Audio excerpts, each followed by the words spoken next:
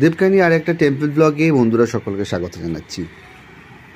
আজকের এই ভিডিওতে আমি এসেছি ভূকৈলাস শিব মন্দিরে। ভূকৈলাস শিব মন্দির দুটি রয়েছে খিদিরপুরে। এর আগে একটি ভিডিওতে আপনাদের ঘুরে দেখিয়েছি খিদিরপুরের জগন্নাথ মন্দির। এই জগন্নাথ মন্দিরের একটু দূরেই রয়েছে এই জোড়া শিব মন্দির।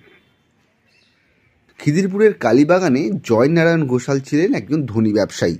নুন, সোনা, ধাতুর ব্যবসায় তিনি বেশ মুনাফা অর্জন করেছিলেন। এমনকি হেস্টিংসের থেকে রাজা বাহাদুর উপাধিও তিনি পেয়েছিলেন। তিনি ভূকৈলাস রাজবংশের প্রতিষ্ঠাতা। ব্যবসার টাকায় 108 বিঘা জমি কিনে প্রাসাদ ও দুটি বিশাল শিব মন্দির নির্মাণ করেছিলেন এবং একটি বিশাল পুকুর খনন করেছিলেন 1781 খ্রিস্টাব্দে। এই দুই শিব মন্দির বাংলার নিজস্ব আটচালা রীতিতে তৈরি। মন্দির দুটি ভূকৈলাস শিব মন্দির নামে পরিচিত।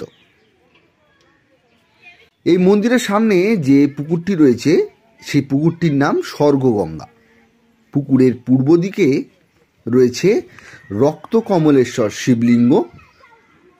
এই শিবলিঙ্গটি পশ্চিমমুখী এবং এই মহাদেবের নাম রক্তকমলেশ্বর রাখা হয়েছে জয়নারায়ণের মায়ের নামে। এই শিবলিঙ্গটির উচ্চতা প্রায় 1.8 মিটার। স্বর্গগঙ্গা নামে যে পুকুরটি রয়েছে তার পশ্চিম দিকে যে শিবলিঙ্গটি রয়েছে সেই শিবলিঙ্গটির নাম কৃষ্ণচন্দ্রেশ্বর। এই কৃষ্ণচন্দ্রেশ্বর নামটি রাখা হয়েছিল জয়নারায়ণের বাবার নাম কৃষ্ণচন্দ্র ঘোষালের নামে। এই শিবলিঙ্গ পূর্বমুখী।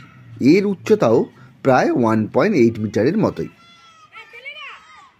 খিদিরপুরে 79 নম্বর ওয়ার্ডে অবস্থিত এই দুই মন্দির কলকাতা কর্পোরেশনের গ্রেড 1 হেরিটেজ সাইট। তাই বন্ধুরা হাতে একদিন সময় নিয়ে ঘুরে আসুন খিদিরপুরের ভূকৈলাস শিব মন্দিরে। ভূকৈলাস শিব মন্দির দর্শনের পাশাপাশি এই মন্দির চত্বরে এই দুর্গা মন্দির দর্শন করতে পারেন। তার সঙ্গে এই মন্দিরের কিছু দূরেই অবস্থিত খিদিরপুর জগন্নাথ মন্দিরটিও আপনারা দর্শন করতে পারেন। খিদিরপুর জগন্নাথ মন্দির নিয়ে বিস্তারিত তথ্যসহ ভিডিওটির লিঙ্ক নিচে ডেসক্রিপশনে দিয়ে রাখলাম। বন্ধুরা আজকের ভিডিও কেমন লাগলো অবশ্যই নিচের কমেন্টে লিখুন। সেই সঙ্গে ভালো লাগলে লাইক করুন এবং আপনাদের কোনো প্রশ্ন থাকলে বা কোনো সাজেশন থাকলে সেটাও কমেন্টে লিখে জানাতে ভুলবেন না। দেখা হচ্ছে আগামী দিনে নতুন একটি ভিডিও নিয়ে।